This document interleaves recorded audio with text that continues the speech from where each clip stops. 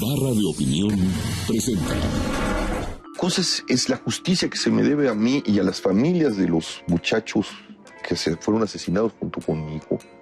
Y otra cosa es la justicia que se le debe a esta nación. Son dos cosas distintas. Que se busque un candidato de unidad nacional que trabaje sobre sí y los partidos y todos trabajando sobre una agenda que rehaga este suelo. Porque los ciudadanos pues estamos poniendo las víctimas, estamos a fuego cruzado y desarmados. Somos los únicos que estamos sin guaruras y sin armas y nada. Sin armas. Así es. Que vean nuestro dolor, que veamos que no son bajas colaterales y que detrás de cada muerto hay familias rotas que no van a volver a ser las mismas, ¿no?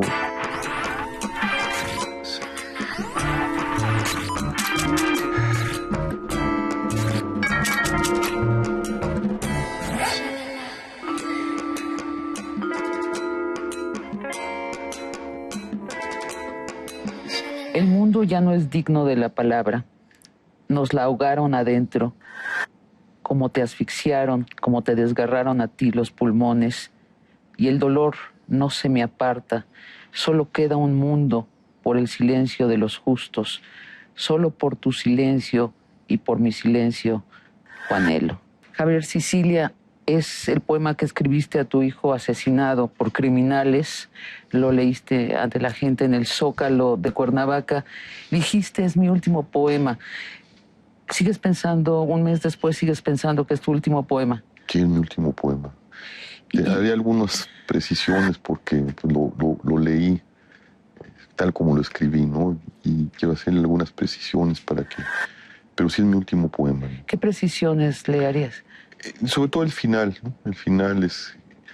La palabra es: solo por un puñado de justos sobrevive el mundo, por un puñado de justos, por tu silencio y el mío, Juanelo. 33 justos, ¿no? Dice sí, la tradición. La 33 tradición justos sostienen al mundo. ¿Pero qué quiere decir que no vas a escribir más poesía? ¿No vas a escribir renglones cortados en breve? ¿O qué quiere decir? Eso.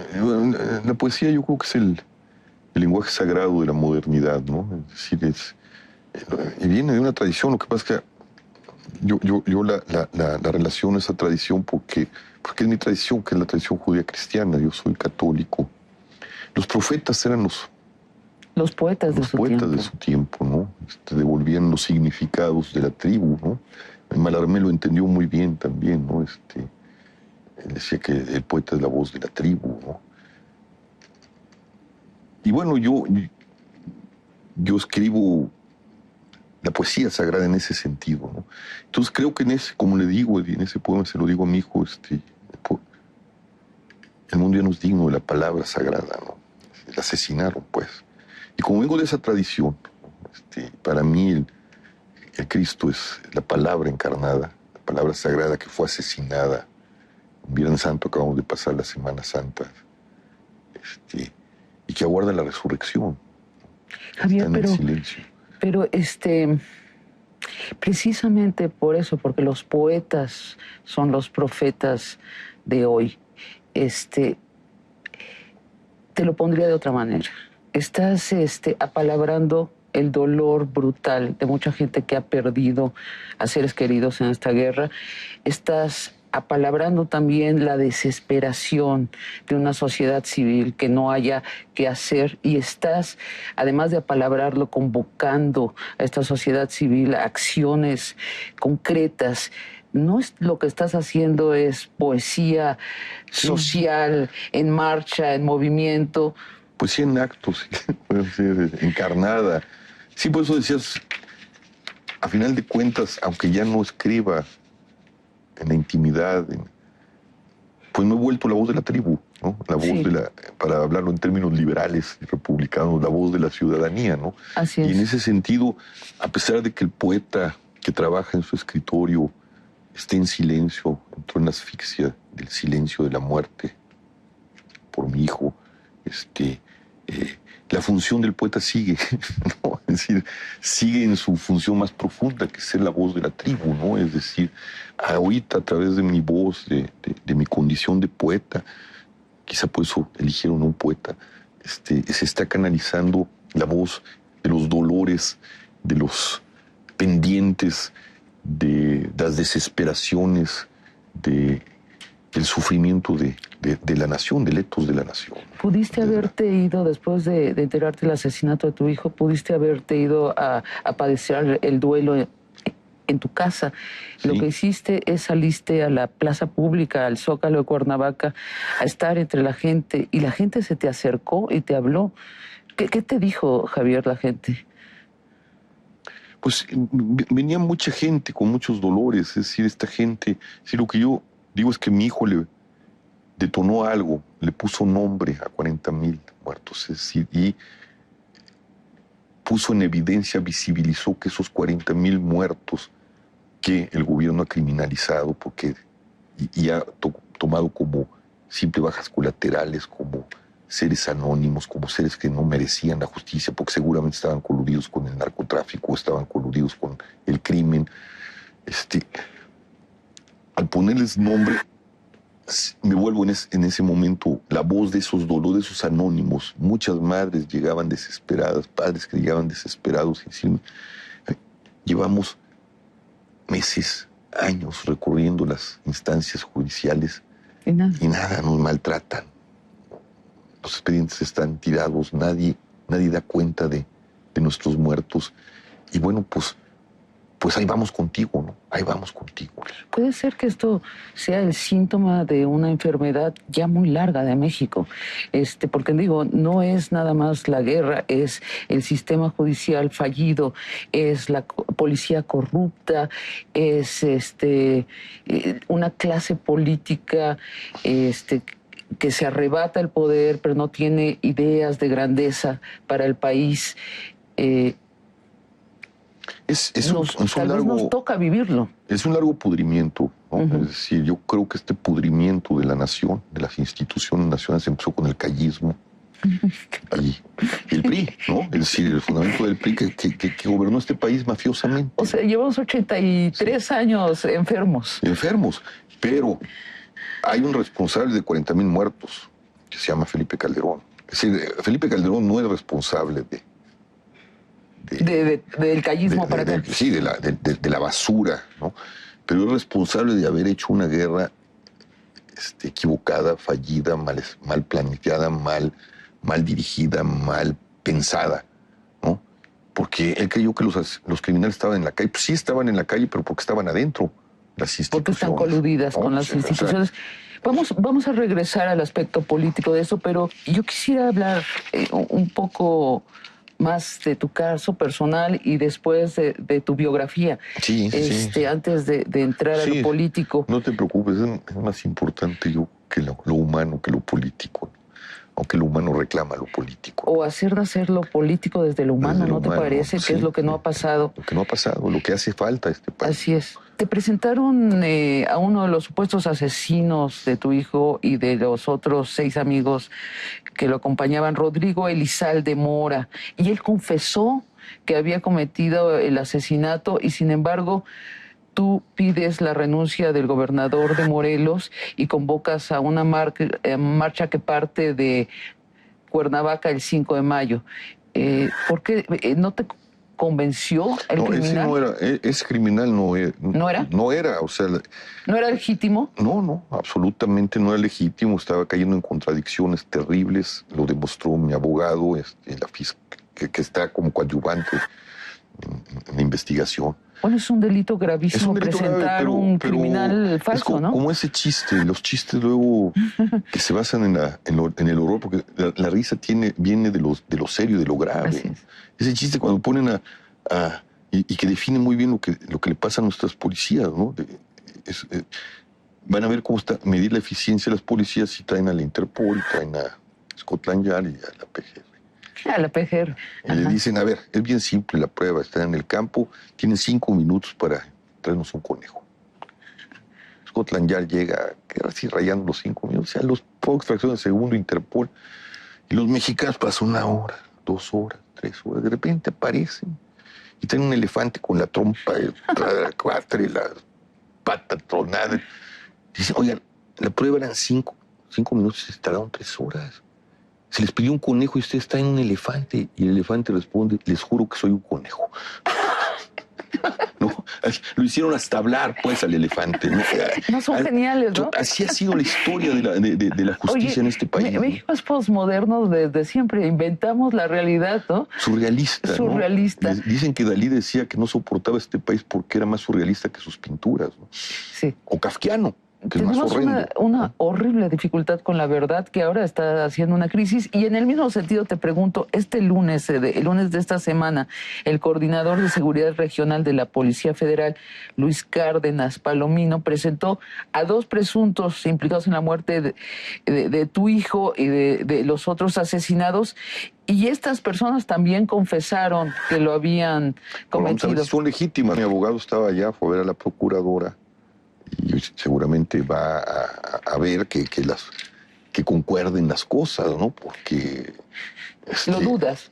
Pues uno tiene que dudar todo. Sí. Es decir, llevamos un mes presionando. Estaba un mes, es decir, este caso que se trató especialmente a mi hijo no debería de ser así. El caso de mi hijo debería ser el caso de todos. Así Bueno, es. este caso, en medio de las omisiones y de las complicidades de este Estado, quién sabe quiénes, el caso de mi hijo se toma como un caso especial. Interés del presidente, interés del gobierno federal, presiones para el gobierno del Estado, etc. Y no habían dado. Con uno de los criminales, nos sembraron uno ahí, inventaron a uno, pues quién sabe qué delito se había cometido, porque querían colgar cosas que no son las que le competían. Sí. Y ahorita, que ya está la marcha, que ha estado duro los medios, que han estado duros las presiones, aparecen 2. Vamos a ver si es cierto, pues, ¿no? Sí. Pero eso no. Una cosa es la justicia que se me debe a mí y a las familias de los muchachos que se fueron asesinados junto con mi hijo. Y otra cosa es la justicia que se le debe a esta nación. Son 2 cosas distintas. Entonces la marcha no se para. No, la marcha no se para porque es un asunto de la nación, no es un asunto judicial. El judicial es, pues, que se haga, que se cumpla el derecho, que se cumpla la ley, que estos tipos paguen conforme a la ley, ¿no? Sí. Pero ese es el trabajo, es un trabajo que debe de ser. Pero este trabajo va acompañado de todos estos muertos, de estos dolores, de este pudrimiento. Esta es otra cosa. Dijo el presidente Calderón, ya tenemos plenamente identificados a los responsables. Y dice, estamos detrás de ellos y espero, habla en primera persona, espero poderlos atrapar. ¿Qué opinión te merece que hable en primera persona el presidente? Pues es que está hablando como el general de las Fuerzas Armadas. Como el comandante en jefe de las Fuerzas Armadas, por supuesto. Que es muy grave, pues, porque está legitimando la guerra y es una guerra extraña, ¿no? En la plaza de Cuernavaca se vio lo que no se vio en otras concentraciones civiles de los últimos siglos mexicanos. Se vieron veladoras, se vieron imágenes religiosas. Estás acompañado y aconsejado por 2 padres de Raúl Vera, el padre Solalinde. Tú eres un poeta católico. ¿Tiene una dimensión religiosa este movimiento? No lo sé, mira, a mí me sorprenden muchas cosas, ¿no? Es decir, cuando yo estaba en Filipinas y me entero de la muerte de mi hijo, pues estoy en la impotencia y escribo el poema ¿no? Esperando que el embajador de México, Tomás Calvillo, que también es un poeta, un espléndido poeta, pues hiciera las gestiones, porque yo me había ido por el lado, yo no quería por razones obvias entrar por Estados Unidos, me iba a sacar la visa y le dije, bueno, pues me voy por la parte... Le doy la vuelta al mundo, no me importa, pues, me la juego así. Por no entrar, no, por razones obvias, perdón, ¿cuál es la razón obvia? No, pues por cómo nos tratan, pues, con esta guerra, y nos están poniendo las armas, nos están presionando para tener esta guerra. Sea, ¿Por qué tengo que...? No querías entrar por Estados Unidos a México. Por eso, bueno, pero uno termina por tomarse el caldo, pues. Entonces, esperando las gestiones, el embajador de Filipinas, muy amable, nos consigue las visas y puedo regresar porque, pues yo quería no llegar a ver las cenizas de mi hijo, quería llegar a su funeral, quería acompañarlo, quería llorarlo, quería estar ahí. En ese lapso de tiempo, los muchachos, los universitarios, gente universitaria de Cuernavaca, amigos de mi hijo, que lo conocían bien porque mi hijo era muy querido, ellos ya habían organizado todo eso. Habían puesto velas, habían puesto veladoras, fue un movimiento de los propios estudiantes que eso los dignifica. Estaban ofendidos, por fin llegaron a un límite en que dijeron, ya tocaron a uno de los nuestros. Es verdad, estos tipos van contra todo, contra nosotros, y las autoridades son omisas frente a... No nos cuidan. Y ellos sabían ya... Yo simplemente llegué a una conferencia de prensa en medio de esta indignación y a convocar lo que ya había estado, lo que estos muchachos habían ya armado, Tal vez lo que la gente está expresando es que no basta una solución política, que tiene que venir de más profundo, que tiene que venir de nuestros cuerpos, de un cambio de corazón. De corazón, y obligar a estos que nos hemos dejado en la impunidad y a que verdaderamente rehagan la nación y vuelvan a hacer instituciones sólidas, ¿no? ¿A estos son la clase política? La clase política. ¿A estos mismos que están ahorita? Sí, no, y a los partidos. Y a los partidos. Porque ahí empieza el problema. ¿No? O sea, vimos cómo impunemente metieron a un delincuente y le dieron un fuero los perredistas y después hicieron un sainete para hacer un delito, y después del delito otro sainete y contemplar cómo se desaforaba al delincuente, y nadie les cobró una factura, pues. O sea, ¿pero tú crees que nuestro sistema político aguanta la reforma? Primera pregunta. Es que si no aguanta la reforma y no se va a fondo esa reforma, Ajá. pues el país se va a incendiar. Porque los ciudadanos pues estamos poniendo las víctimas, estamos a fuego cruzado y desarmados. Somos los únicos que estamos sin guaruras y sin armas. Sin armas. Así es. Y la indignación es mucha, Entonces esto se puede.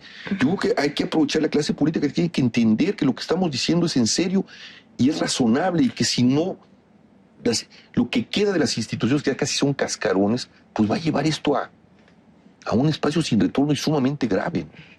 ¿Tú ves en la clase política gente específica que tiene la grandeza de espíritu para hacer esto? Ojalá. Ojalá. Yo no la veo, pero pues, ojalá la haya. Ojalá. Necesitamos estadistas, necesitamos hombres comprometidos con la vida política, que es la vida del servicio a la ciudadanía. Y también tenemos que darnos la oportunidad de estar en nuestro tiempo, es decir, de no descartarnos todos a todos, porque esta también es una enfermedad mexicana, nadie cree en nadie, ¿no? Todo el mundo descarta, todo el mundo ya se vendió, seguramente ya leí algunos artículos que ya dicen que tú ya te vendiste, que ya me parece el colmo, digo, ¿a qué horas, no?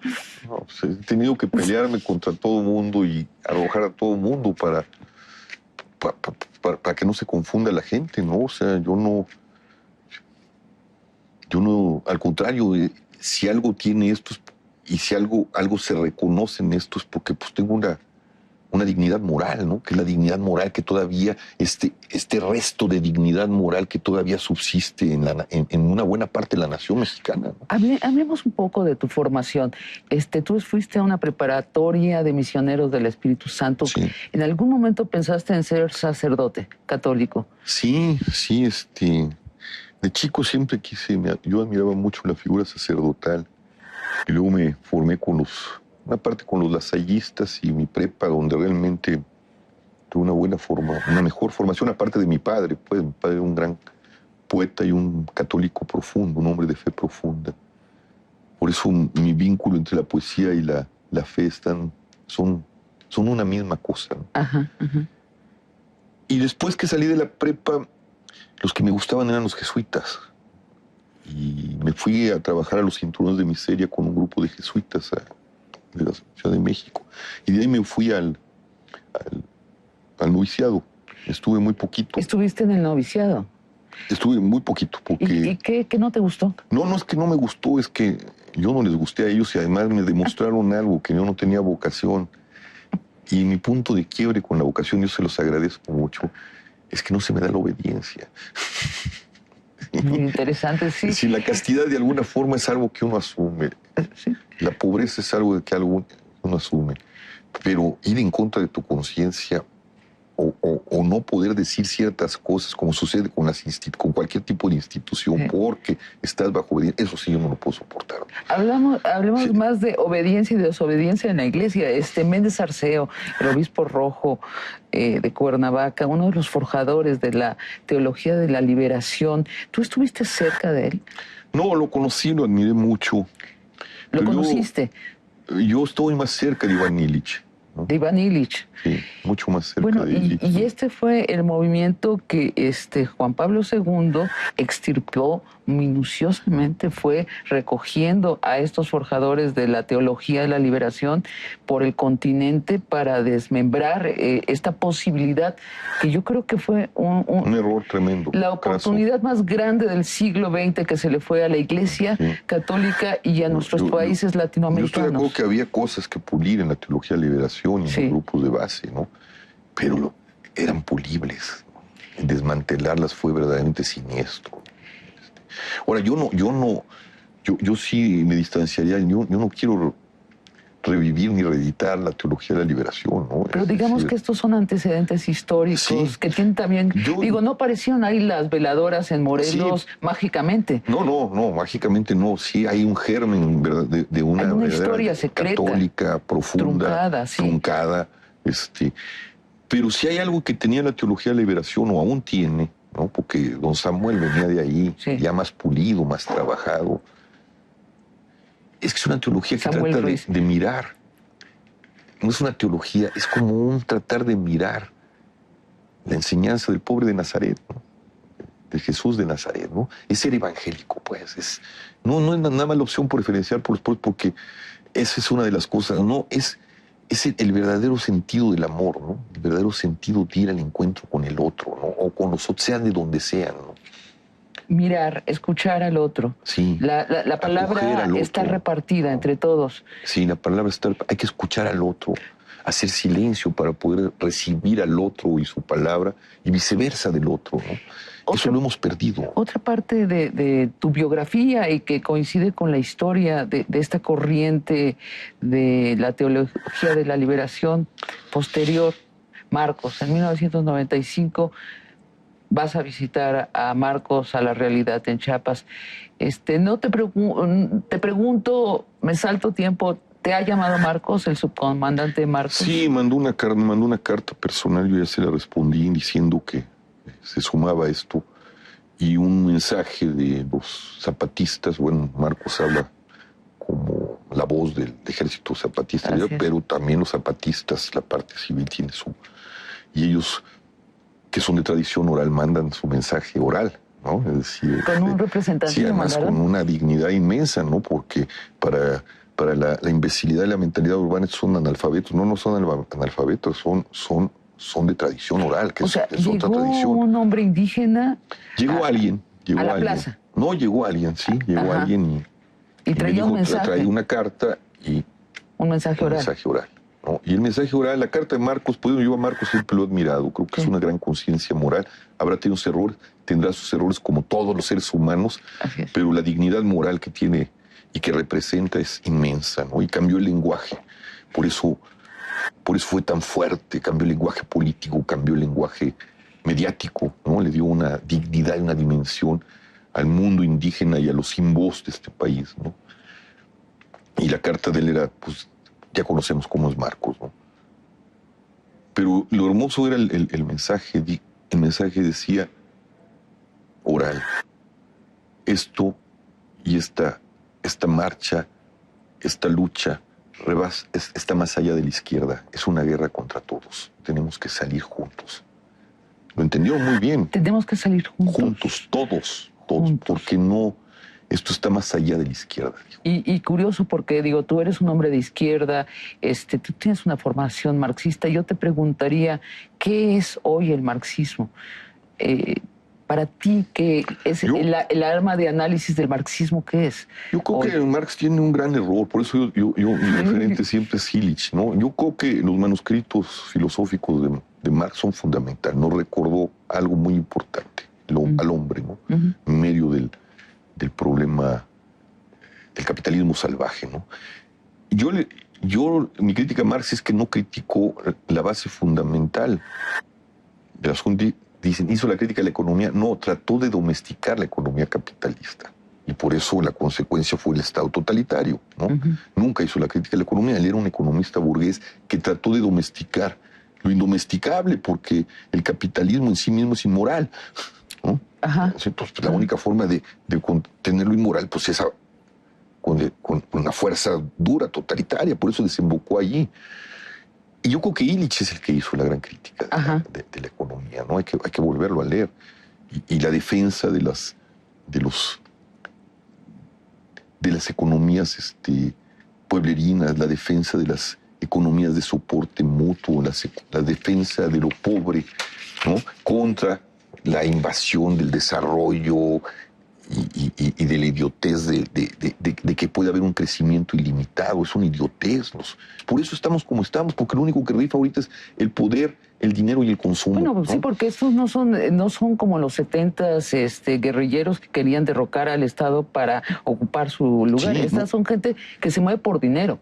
Exactamente, nada más. Es terrible lo que nos está pasando, ¿no? Es decir, y la nuevas izquierdas, yo creo que por eso el zapatismo es muy interesante, o otros grupos están tratando de reformar. Ya no podemos seguir pensando bajo los esquemas estos económicos, ¿no? Javier, eres un poeta en un país donde la élite cultural ha francamente rechazado todo lo que huele a religión, que es atea o por lo menos rabiosamente laica, ¿no? Sí. Eres analista político, escribes cada 2 semanas en la revista Proceso, ¿no? Supongo que yo escribo también allí, a veces nos toca página con página y hay que decirlo con gran orgullo. Sí. Y por otro lado, tienes precisamente por estas 2 condiciones, tienes la capacidad de apalabrar el sentimiento y lo político al mismo tiempo. ¿Tú crees en la providencia, Javier? Híjole. O sea, en que las cosas suceden por algo. Pues la tradición de la iglesia me diría que sí, ¿no? Pero no me gusta meterme en ese territorio porque no sabría cómo empatar el dolor, es decir, la mutilación de una vida como la de mi hijo, que es antinatural, anti todo sentido de la cosa, ¿no? Uno aspira que los hijos lo sobrevivan a uno y no al revés, ¿no? Y entonces en ese lado, pues, cuando me pongo del lado de Camus, me pongo del lado de Dostoyevsky, ¿no? Si ese es el costo, me gustaría devolverte tu boleto. No es así. Pero ya no lo puedes devolver. Ya no lo puedes devolver. Entonces, pues dices, pues sí, sucedieron las cosas y ahora me tocó estar ahí, que la muerte de mi hijo tenga un sentido. Y que ese sentido sea no solo para dignificarlo, sino que a través de su muerte, de su nombre, podamos contribuir o pueda contribuir un poco a la dignificación de esta nación. Entonces, en ese sentido podría decir que hay algo de providencia, ¿no? Pero el costo es horrendo. Tú estás encabezando y veo que yo creo que con mucha inteligencia estás no dejando que nadie se te infiltre allí para usarlo para otra cosa. Sí. Estás oyendo tu corazón, estás oyendo a otros, pero estás tomando decisiones como corresponde a alguien que liderea. Sí, estoy tratando de oír a mi corazón, ¿no? Porque como he dicho, yo no soy un animal político en el sentido aristotélico de la palabra, soy un poeta, ¿no? Y los poetas tratan de oír su corazón, ¿no? Sí. Y de rodearse de gente que oye su corazón. Yo le pido consejo a poetas, pues, ¿no? A poetas. ¿Con quién estás hablando?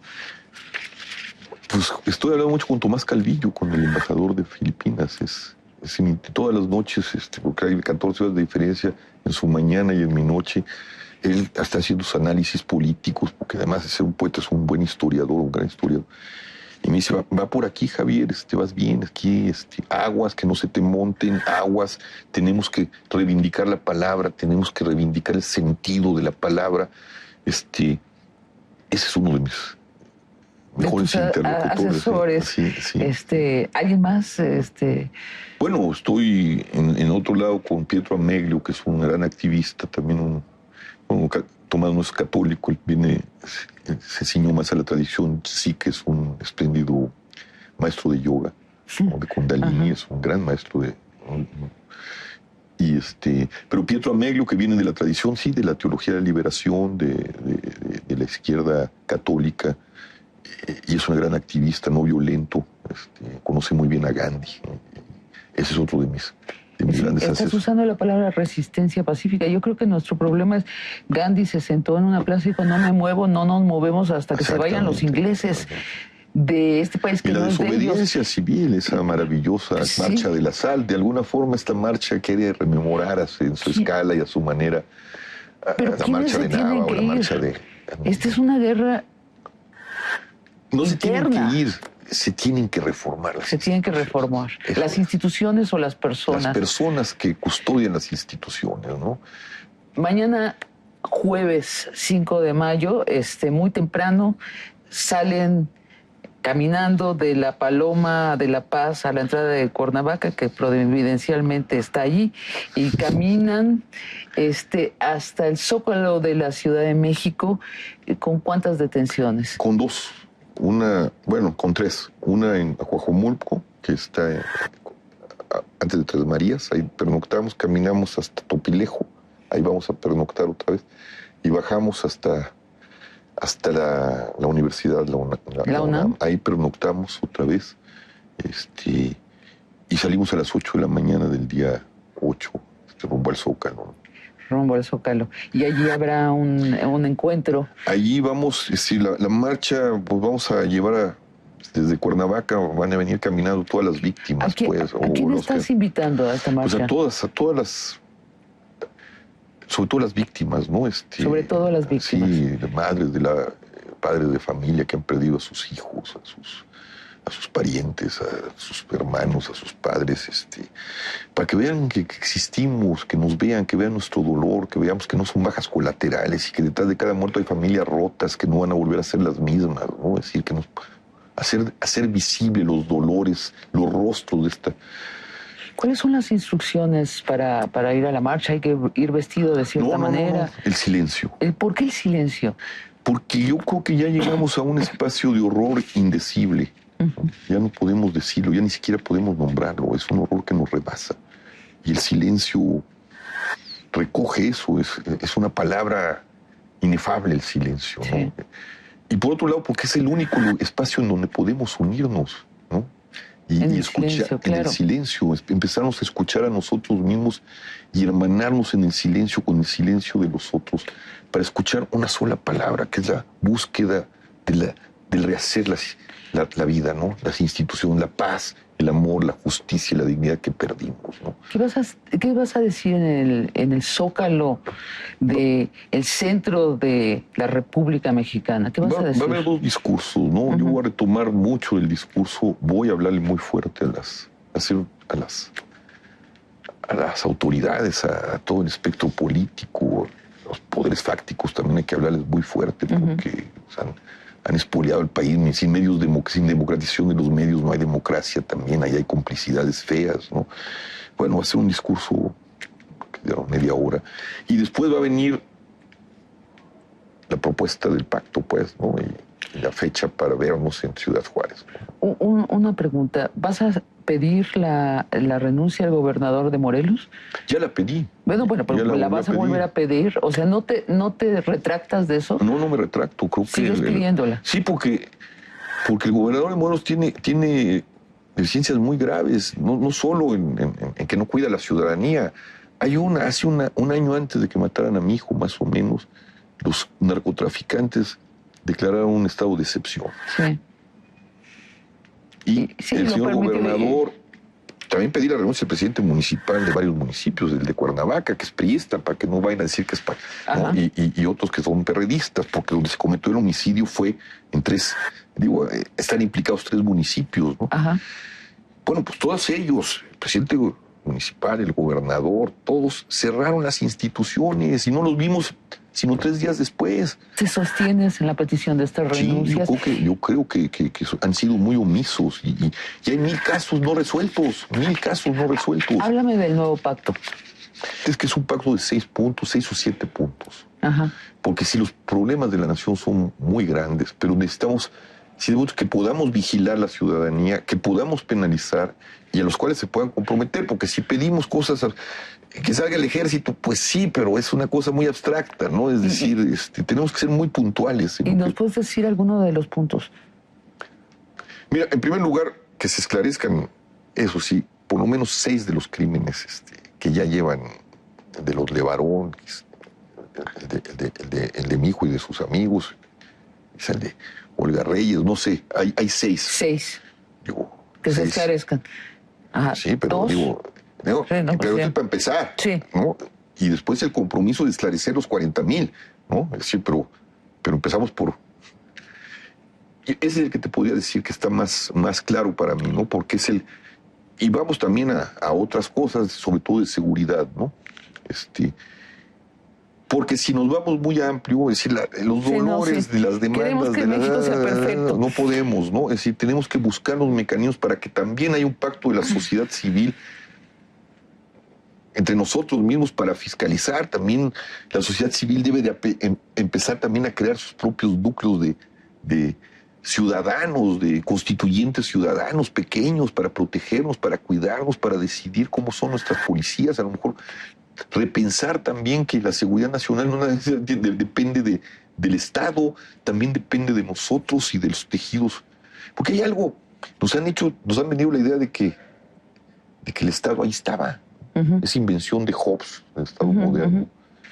Pues en realidad no es así. El Estado moderno parte de una premisa falsa. El lobo es el lobo del hombre.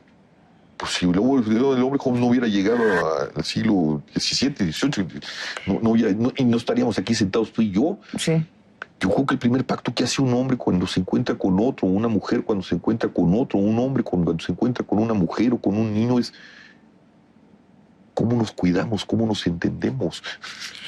Javier, antes de que nos vayamos al continuo del pacto, mira, hace 3 años, a raíz de la muerte del hijo de Alejandro Martí, salieron 1 millón de mexicanos a las calles. Una marcha impresionante. Primeras planas, con todas estas calles llenas. Se llegó a un pacto de seguridad que firmó el presidente, los secretarios de Estado, los gobernadores, los líderes sindicales, los líderes de las organizaciones civiles más importantes. Hace 3 meses salieron los resultados, están reprobados todos los gobernadores, está reprobado el gobierno federal, porque además estas organizaciones civiles fueron nada ingenuas. Pusieron criterios muy claros, pusieron la manera de medir si se cumplían estos criterios y resultó todo el mundo reprobado. Dicho a grosso modo, la violencia ha aumentado, no ha disminuido. No, pues se ha puesto peor. Pero está muy documentado. ¿Qué se puede hacer para que este nuevo pacto ¿Cómo los fiscalizamos? no pase a la impotencia? ¿Cómo los fiscalizamos? Por eso queremos acotarlo muy bien, ¿no? Es decir, cómo poder que las redes ciudadanas y grupos de expertos con mediciones muy concretas, no tan alejadas, ¿no? Es decir, vamos, ¿no lo cumpliste? Costos, ¿no? ¿Cuáles son los...? Yo creo que los costos ya ahorita tienen que ser, ¿sí? Si no se cumplen, bueno, tenemos que pedir que la reforma política incluya la figura de revocación de mandato. Pues ya aprobaron la reelección, pero la revocación de mandato... Que es no renuncias, te renunciamos. Y el fuero, ¿no? Sí. Y la segunda vuelta, y los plebiscitos. Tenemos que exigir que haya armas ciudadanas donde nosotros podamos penalizar. Que haya un castigo. Que haya un castigo. Y si no, yo creo que estamos en un momento determinado de decir, ¿sabes qué? Sociedad, o nos ponemos las pilas, y cuando se llame a la desobediencia civil, desobedecemos, y cuando se llame al boicot, boicoteamos, porque si no, no van a entender. Bueno. Es que si no hay eso, no funciona como mostró el anterior pacto. Yo creo que los líderes sociales se portaron demasiado amables. Exactamente. Doblaron las manos. Alejandro Martí dijo, si no pueden, renuncien, se provocan, no podían. ¿Y dónde está la petición de renuncia? Sí, pero aunque tengan la petición, como no hay la revocación de mandato, yo le pido la renuncia, no solo yo, gran parte del pueblo de Morelos dice que se vaya, el gobernador, que se vaya Martínez Garrigós también. Pues sí, ahí está, cínicamente, ¿no? El propio gobernador dice, vamos al pacto con CICIEP, te estoy pidiendo la renuncia. No tenemos instrumentos ciudadanos para decir, oye, aquí revocamos el mandato, ¿no? Dentro de la ley no tenemos los mecanismos, pero también si nos vamos a esperar a que el Congreso nos apruebe los mecanismos que los ciñen a ellos, Es que yo no veo esa grandeza en la clase política mexicana de que digan, sí, vamos a controlarnos a nosotros mismos. Por eso, Sabina, es importante que la ciudadanía empiece a actuar. Sí, en ese sentido. Digo, ha habido dos momentos interesantes. Solalinde y su lucha permitió que pasara la ley de migrantes, pues, para protegerlos. Sí. Vamos a ver que se aplique, ahora que se aplique. Y nosotros pudimos, de alguna manera, contribuir a la detención de esta ley de seguridad que ya nos estaban haciendo pasar. Pero tuvimos que irnos 2 días a la Cámara a pelearnos, ¿no? A pelearnos verdaderamente, ¿no? Sí, entonces tenemos que hacer ese tipo de presión, ¿no? Y volverles a demostrar, porque yo me acuerdo, llegamos y ¿cómo irrumpen? ¿Irrumpimos? ¿Que no es la casa de los ciudadanos? En el Congreso. Sí, irrumpimos. Si ustedes son los que tienen que servirnos a nosotros, esta es nuestra casa, ustedes están aquí como servidores de esta casa, vamos entendiendo, ¿no? Y no le hables con voz al ciudadano, no le levantes la voz a tu ciudadano, peléate con un diputado, pero no con un ciudadano, no, estás equivocado. Bueno, y fue de mucho efecto, hablaste ante el Congreso y no se pasó la ley.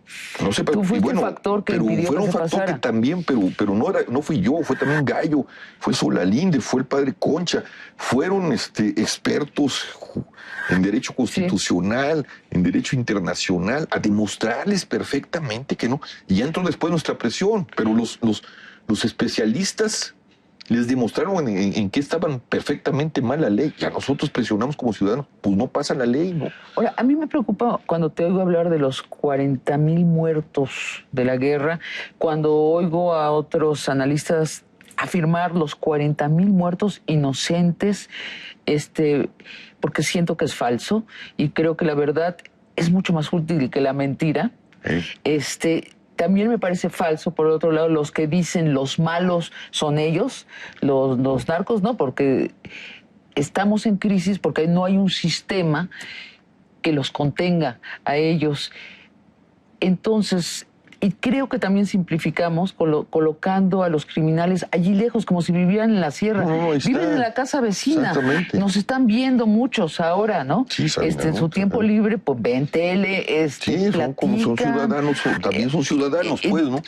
Sí, teóricamente no. Cosas ilegales y criminales, pero. ¿Los estás invitando al pacto a los criminales? No, yo creo que no, con ellos no hay que pactar. Se malinterpretó el pacto. Cuando yo hablé de eso, yo estaba hablando del narcotráfico. Es decir, creo que utilicé muy mal la palabra. Es legalizar la droga. Yo creo que no hay más salida. Es decir, haber lanzado una guerra contra la droga, porque el narcotráfico es la droga, es haber criminalizado algo que debe de ser asumido como un problema de salud pública. Y también es una enorme simplificación, porque está el narcotráfico, están los secuestros, homicidios, robos, que pueden estar vinculados. Puede haber bases comunantes, pero son otra cosa. Otra cosa, si tú ya resuelves y dices, legalizas la droga, y dices, es un fracaso del Estado, ni modo. Ni modo.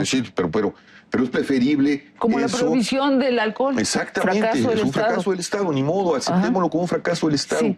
Y aceptémoslo como un fracaso nuestro también como sociedad, pues, ahí está. Pero ya lo acotamos, ya los metimos a las leyes férreas del mercado, ya tienen que pagar impuestos, ya podemos destinar ese tipo de dinero. En cambio, este dinero está allá y nos está costando muertos. Hay otro que, bueno, vamos a ver cómo atacamos eso, cómo atacamos los migrantes, que esas omisiones de los espacios judiciales, omisiones también del poder político en sus áreas legislativas, que no se preocupan por legislar en favor. Bueno, ya vemos cómo atacamos, pero ya acotamos un problema, ¿no? Pero esta guerra contra algo que debe haberse tratado como un asunto de salud pública, se volvió una guerra que nos ha costado 40,000 muertos. La diferencia de este pacto con el anterior, la diferencia de esta marcha con la anterior, la de hace 3 años, es que sí va en serio el castigo. Pues eso esperamos. Para las autoridades omisas. Es sobre todo para eso, ¿no? Sí, pero aquí sí debemos contar con las organizaciones sociales y con la sociedad civil, ¿no? Es decir, y un grupo de gente está proponiendo y se va a trabajar sobre eso. Pero si no hay quien haga los seguimientos, porque digo, no lo voy a hacer yo, pues, no puedo hacerlo, no es mi función, ¿no? Yo coadyuvaré, yo ayudaré, yo trabajaré, yo seré una voz más, quiero ser una voz más, quiero volverme pueblo otra vez, ¿no? Pero si no tomamos también la responsabilidad de un pacto ciudadano para fiscalizar y exigirle a nuestras autoridades que cumplen, o hay consecuencias, pues difícilmente salimos del atolladero, ¿no? Difícilmente salimos. Sí. No vamos a salir por la vida civilizada. No. Vamos a salir de otra manera. De otra manera, con costos por mucho la más barbarie, horrendos, ¿no? Creo que no se da cuenta que México tiene otra historia que Colombia y no se merece 40 años de conflicto interno. Sí, lo que pasa es que yo creo que si no ha reformado las instituciones, creo que la situación de México es mucho más grave que la de Colombia. Javier, te deseo... Nos deseamos que sea un parteaguas la marcha, que con tu inteligencia, con tu claridad, con el empuje de muchos civiles, esto sí nos decidamos a que sea un parteaguas y no un rito más de un desastre. No. Y esperemos que la clase política y los poderes fácticos entiendan. Que se autoelijan los que sí entienden que esto no puede ir más allá y que llama a grandes acciones. Sí, a grandes acciones también entre los mismos partidos. Los mismos partidos deben de... Yo estaría incluso, pero esto es Javier Sicilia, ¿no? Estaría por la renuncia. Es decir, porque se apruebe la ley de los candidatos civiles. Y que porque estamos en una emergencia nacional, ¿no? Que declinen los y que sean solos... Que declinen las candidaturas de los partidos y que se busque un candidato de unidad nacional que trabaje sobre sí, y los partidos y todos trabajando sobre una agenda que rehaga este suelo. Es una llamada que yo hago, que lo oigan. Pues, y yo creo que hay candidatos ciudadanos, yo no me estoy proponiendo, ¿saben? Porque luego este tipo de afirmaciones o de propuestas, ya sabemos a dónde va. No. Por eso, gracias a Dios, Vargas Llosa no ganó las elecciones, porque si no tendríamos un tipo vilipendiado y no un premio Nobel de literatura, ¿no? Václav Havel fue un verdadero fracaso, con una gran conciencia moral y un fracaso como presidente. No, yo creo que hay en el espectro político gente limpia, gente que podemos reconocernos los ciudadanos en ellos y que los partidos políticos podrían reconocerse en ellos porque sí estamos en una emergencia nacional. Que declinen presentar candidatos, dices. Sí, que declinen, que apaguen sus maquinarias electorales. Y empiecen a limpiar digan, sus propios partidos. Esta vez lo vamos a hacer, vamos a usar la democracia para otra cosa. Exactamente. Porque estamos en una emergencia. Para que otra vez las controversias partidistas, las luchas, no me gusta la palabra, de partido puedan tener sentido para la nación. Porque así no, así van a ser las elecciones de la ignominia. No te voy a preguntar qué pasa si la gente quiere que seas tú. Ni siquiera te lo voy a preguntar. Te quiero agradecer mucho esta plática, Javier. Sí, muchas gracias. Que salga todo muy bien mañana.